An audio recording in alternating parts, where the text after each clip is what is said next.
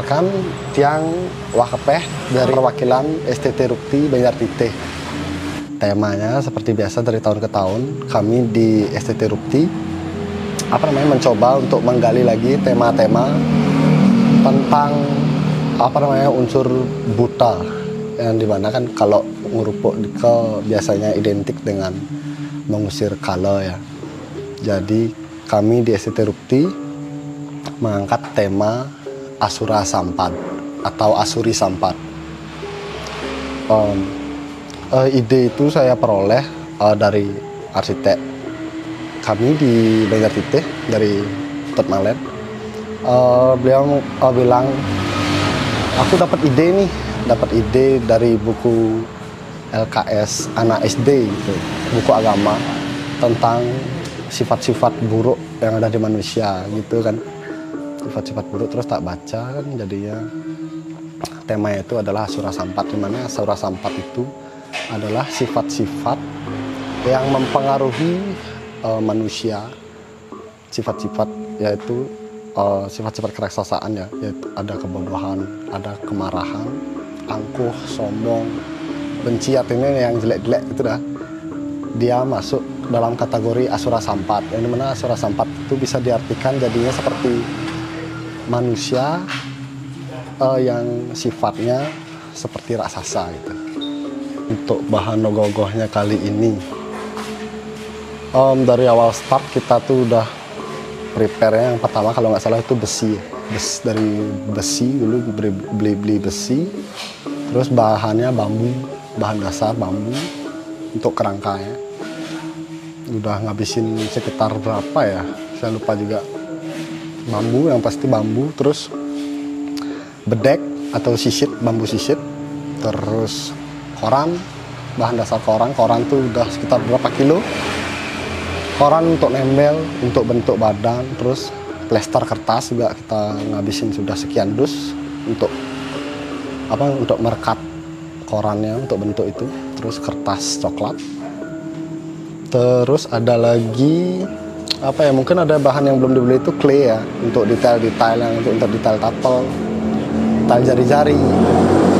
Bahan-bahannya itu sih seperti yang sebelum-sebelumnya, kita di Titeh itu tetap konsisten. Yang teman-teman tahu, kita konsisten untuk buat big size di Titeh, dan itu cukup melelahkan dan cukup menguras tenaga banyak, apalagi kondisinya pemuda 45 kayak gini kan. Ya gitu sih sebenarnya. Kita di sini tuh kan sebelumnya tuh cerita-cerita kumpul-kumpul tuh pengen buat ogoh-ogoh kecil, ya enggak sih kecil, tapi dengan ukuran standar lah, biasa 3-4 meter gitu. Terus rencananya mau ikut lomba juga ke kota atau provinsi.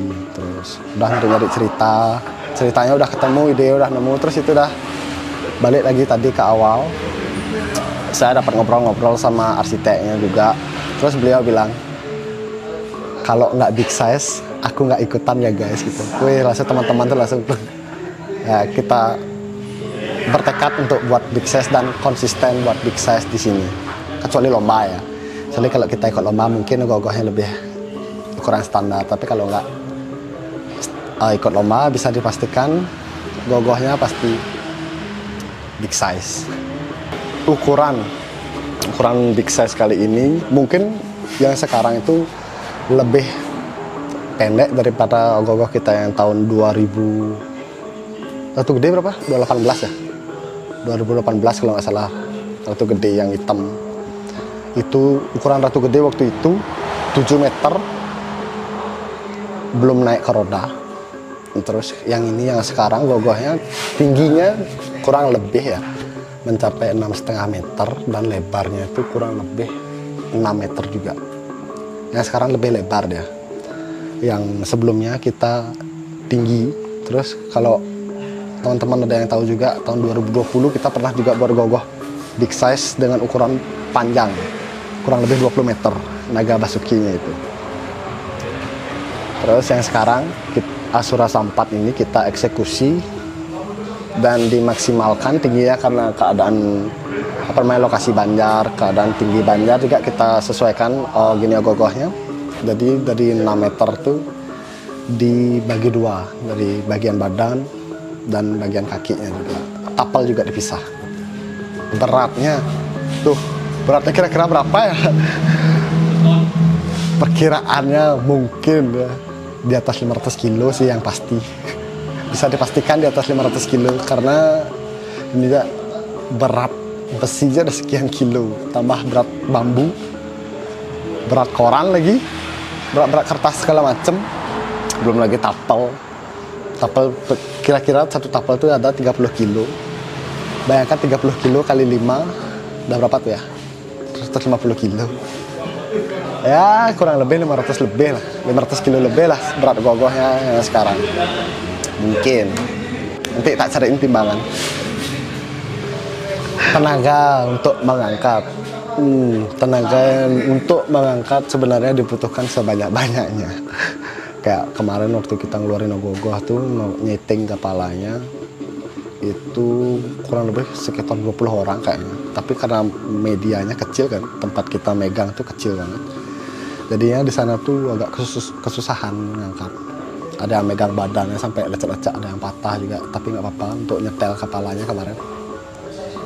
Terus kira-kira nanti ya kalau udah sisanan sih mungkin lebih ringan ya, karena media untuk ngangkatnya itu lebih banyak kan, jadi bisa banyak orang yang ngangkat. Mungkin di sana bisa lebih meringankan, tapi mungkin nanti repot itu kalau jalan tuh paling masalah kabel, karena kita tahu sendiri kabel di Kota Denpasar itu kan ya melintang sekali di jalanan, apalagi kabel-kabel telepon, kabel wifi gitu itu tuh ya paling itu kendalanya nanti di jalan. Untuk yang angkat tuh udah pasti banyak lah ngerupuk. Untuk start awal kita tuh mulai prepare kalau nggak salah dari setelah Galungan. Setelah Galungan kita di STT udah ngadain rapat pembentukan panitia. Terus bagi-bagi tugas, belanja bahan udah prepare atau dari setelah Galungan, kira-kira apa Januari sih start. Terus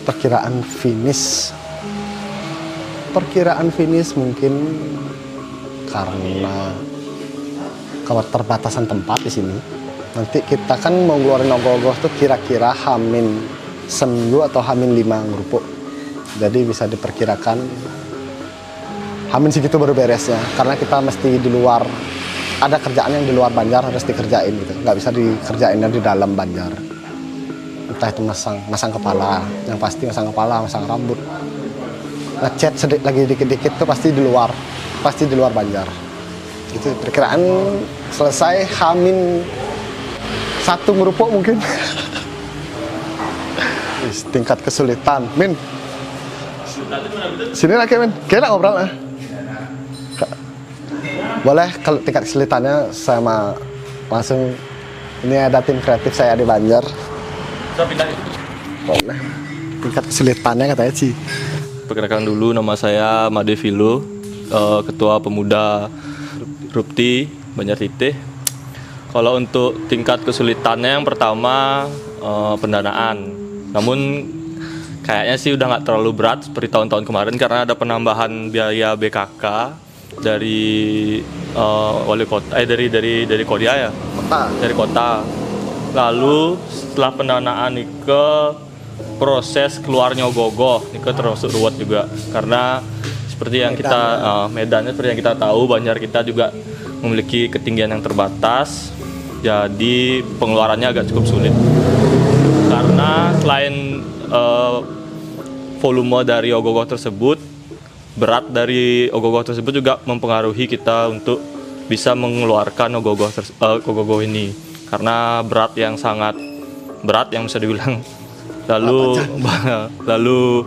apa namanya, masa yang diajak juga pas-pasan lah, maksudnya nggak terlalu banyak, nggak terlalu dikit juga. Lalu yang ketiga kalau dari proses pembuatan sih mencari sudut pandang yang pas, mencari presisi yang pas karena ogohnya besar dan tempat yang memadai, kita agak sulit untuk mencari sudut pandang atau presisi yang pas. Mungkin itu aja sih untuk kesulitannya. untuk pendanaan sementara sudah habis itu di angka 22 juta. Itu sudah material dan alat, habis itu konsumsi dan transportasi. Untuk target sih di angka 30 ya. Kalau tidak memungkinkan di angka 30, mungkin bisa kita kompensasi sampai 35-40 lah. Seperti itu. Seperti tahun-tahun sebelumnya. Ya, seperti tahun-tahun sebelumnya. Nah, karena pembengkakan dana itu pasti ada aja. Ya tidak terduga. Jadi ya ini itu tuh ada aja keceret biasa. Itu dah, bisa dibilang seperti itu. Untuk harapan ke depannya sih, saya pribadi dan mungkin semua teman-teman yang di sini juga berharap biar pemuda itu lebih tertarik lagi untuk datang ke Banjar itu loh, karena kita di tengah-tengah kota seperti ini kesulitan sekali untuk mendatangkan pemuda karena mungkin ya semuanya punya kesibukan masing-masing. Itu untuk harapannya untuk di STT sendiri sih, mungkin biar lebih tambah kompak, tambah rame gitu, biar ada ajak gerada geruduk, ada ajak nyemak gaye gitu.